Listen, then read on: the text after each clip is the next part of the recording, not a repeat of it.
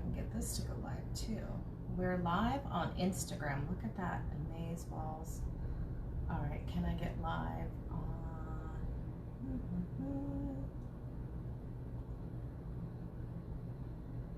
No. Public to a group. See if I can get this on here. I don't want to be in that. Oops. Okay, good morning. How are you? Looking to get into my group. Hello, good morning. See if I can get live in here. Just into the frequency lifters. I don't have permission to get into my own group. That's amazing. All right. Gotta love it. So good morning, people of Earth. I am trying to get on. Let's see if I can go custom stream live service. Okay. How are you? Today I wanted to talk to you about narcissism. I hope you can hear me. I had to change my phone and everything up. If you can't hear me, let me know. Let's see if I can get the volume up a little bit. There we go. Awesome. Okay. So good morning, good morning, good morning. I've been up since about 3 o'clock doing my meditations. Up with the chickens, they say. If I can get to the right page, let's see if it's going live. I am. Okay, here we are. Good morning. Okay. We're in. Hello, Ricardo. How are you? You're up with the chickens too. It's 7 o'clock in the morning here, 7:15 Pacific Standard Time. Let me know how you're doing this morning. Say hello. Where are you at?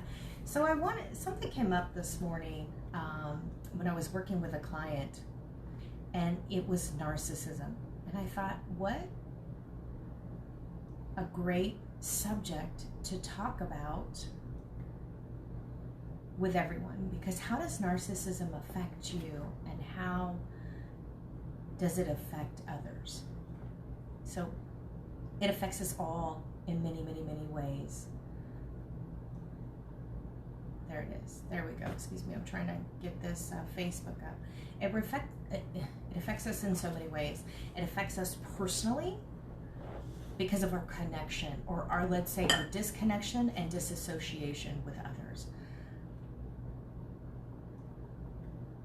Okay. I can't save this post. That's crazy. All right. How are you? Hi. Good to see you. Love it. I'm just trying to get up here. Okay. It's in there. Okay, let's see if I can get in to save. No, can't save the post. All right. So I'm just trying to check and see if where I'm streaming at, because I've changed a few things. There we are. So come check it out and say hello. If you have any questions today, I'll be talking about the solar plexus and narcissism. So how does it affect our chakras? How does it affect our creativity, our joy portal, right? So the solar plexus is absolutely our joy portal, and we'll be moving into that. Hi, I'm Nicole Borghi. Those of you who don't know me, and I am the Sabotage Smasher. So I come at you with little tips and tricks and life hacks on how to change the frequency that you're in, how to just clear it, rapidly transform it, so you can move on with your daily life. Because energy affects us, right? Energy affects everybody. Our chakras affect us. They're part of our energetic system, just quite simply. We won't get into much detail about that. But how does narcissism affect our solar plexus? So narcissism basically is a personality disorder, and it is, there could be that mental health component to it, right? And there is, it's our health and how we deal with it and how we handle it and how it affects us and other people. So it is the attention that we need of ourselves, the love that we need to have. We need to bring in all of that love for us. Everything is about us as a narcissist, right? Us as a group. So that, you know, that's kind of the headspace. It's that inflated sense of importance, that deep need of excessive attention and admiration. So somebody maybe like an influencer, right? So a social media influencer here on Instagram or Facebook that needs that constant love, admiration, and attention. And attention is good, but are you connecting? And you are the only one that needs attention. Attention is a two-way street. So if you're getting all the attention, what are you giving others? But for the point of maybe influencing on social media or being that person on the stage, and you're getting all that attention, you're giving that audience that moment, right? That moment that they feel that they're part of your life, and perhaps that's the only way you can give the attention. Maybe if you're a comedian and you're on stage and you're working for a cause or applause, or you're speaking to somebody and you need that humor, you give that audience that laughter, you give them that moment, and that's the only way you have connection. Even as a social media influencer, you're giving people that moment in your life, right? So there's some other traits with that, and let's bring those up here. I have some notes here on my computer, so I want to talk about, just kind of pinpoint a few things.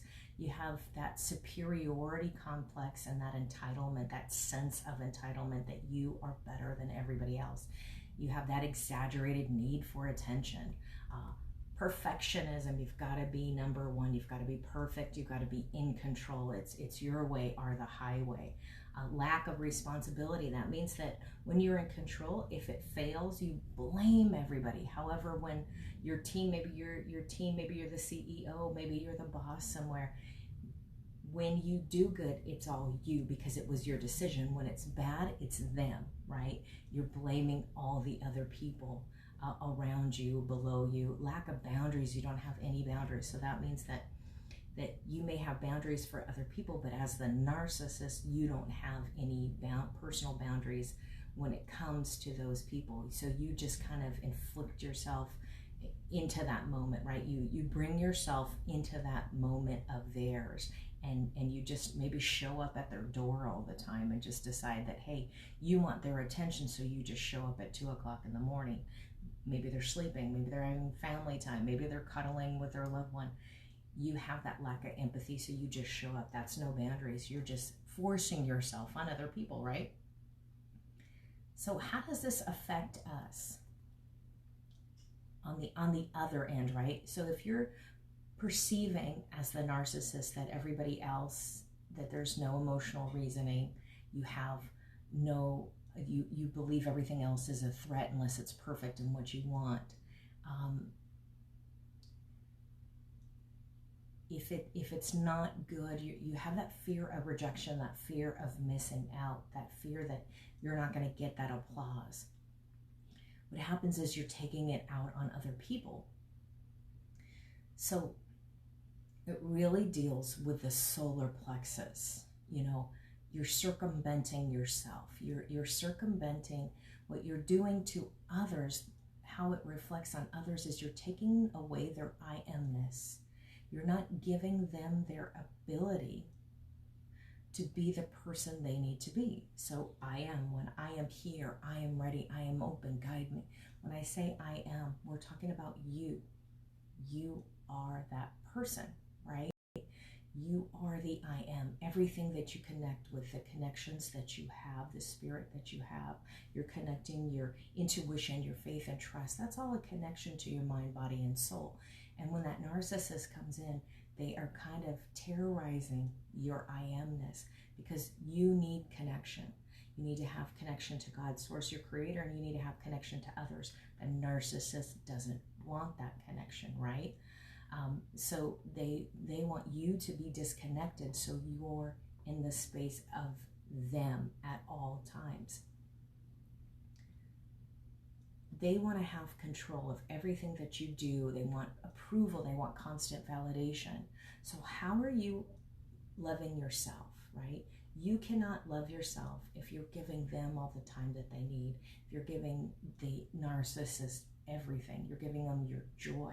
You're letting them just poke a straw in you and be that energy vampire, and they're taking all your good energy and they're filling their cup up, and they will never there's never that sense of reciprocity, right? So there's a lot of gaslighting, which means that they're telling you that what you have to say is wrong and your beliefs are wrong, and they're turning it around and they're spinning it so they come up on top. So they rise like the cream in the coffee, they rise up, right? And they put you down, they insult you in gaslighting. It's chaotic, it's wounding, it's reinforcing those put downs and those lies. They have no boundaries, right? So that solar plexus is the center of the I am. And when they invade that, then they're forcing that upon you. And you cannot be in your true self because you're living for the narcissist, right? So if you're listening to everything they say, they command and they force you, it can be a boyfriend, girlfriend in a relationship. It can be a boss and an employee in a relationship. It can be friends. You always want them to be happy. So when you're looking at this, you're taking your joy and your I am away, so there's no separateness. We need to be able to be in our own space for us and have self-love. How can you possibly love yourself? So when we talk about narcissism, and I'm going back to my book here, Anatomy of the Spirit, it always reflects on these chakras. You know, it's sometimes extremely necessary energy for us as we work to develop a strong sense of self, giving ourselves a new image, a new haircut, and a new style. And that's okay, because when we doll ourselves up, we get a new lipstick or a new robe, a new top, whatever, a new necklace. We want other people to notice that, right? Because it makes us feel better. It makes us feel that, hey, what I picked out was right. And we like compliments. It's okay to want that on a smaller level. It makes you feel good. Or, hey, I got this robe. It makes me feel like I want to spin around or meditate, or it makes me feel good. It lifts my spirits. It makes me feel connected. It makes me feel comfortable. It's light in the sun. And so you're raving about something that makes you feel happy, and that happiness and that joy portal is down there in that solar plexus, right? So you're giving yourself a new image, but you're not trying to play for that attention constantly. You just want to share something that you like with a friend. It's absolutely different. The critical reactions in the tribal, the group associates, gives the background to recreate ourselves and our boundaries and face the opposition. The changes into the stage prepare us for more significant internal life flow. Developing self-esteem. And you know, when you're young, when you're a teenager, 14, 16, I've done this myself, you're kind of developing when I was 14, you know, I developed that sense when your hormones hit and you're changing, you're trying to get attention from your peers and be part of the group. So when you get that attention, you're getting that pat on the back, you want to be part of the group, so you're testing the waters, and so you want to shine. There's times where you want the group to pay attention, and that is part of life. However, if you're the one that constantly cannot get past that, and you always need that spotlight of attention, go get it somewhere else. Don't drain the tribe from it. There's a time and a place for everything. But how do you heal that, right? So a narcissist, when they do that, they're disconnected from their power, right? And they're disconnected from their happy joy portal. They cannot be happy. They have to seek it outside of them. They don't have their own I am connection, so they have to find it within you. So there's a few ways to do this. You want to ask a few questions. First of all, do your self-exam. Do you like yourself? If you're the narcissist, of course you love yourself, right? But are they taking care of themselves and getting the attention from within? You know, so you want to ask yourself on the other part of that, if you're that victim of the narcissist, are you being honest with yourself on how they make you feel? Does that person make you feel drained? Are you critical of others? You know, are you critical in that self? So both you want to say, do you blame others? Are you blaming others for the tragedy, right? Are you blaming others for something going wrong? You know, it's you.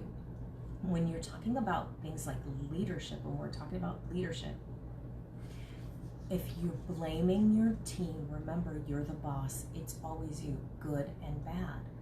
When the team succeeds as a whole, it's a yay team.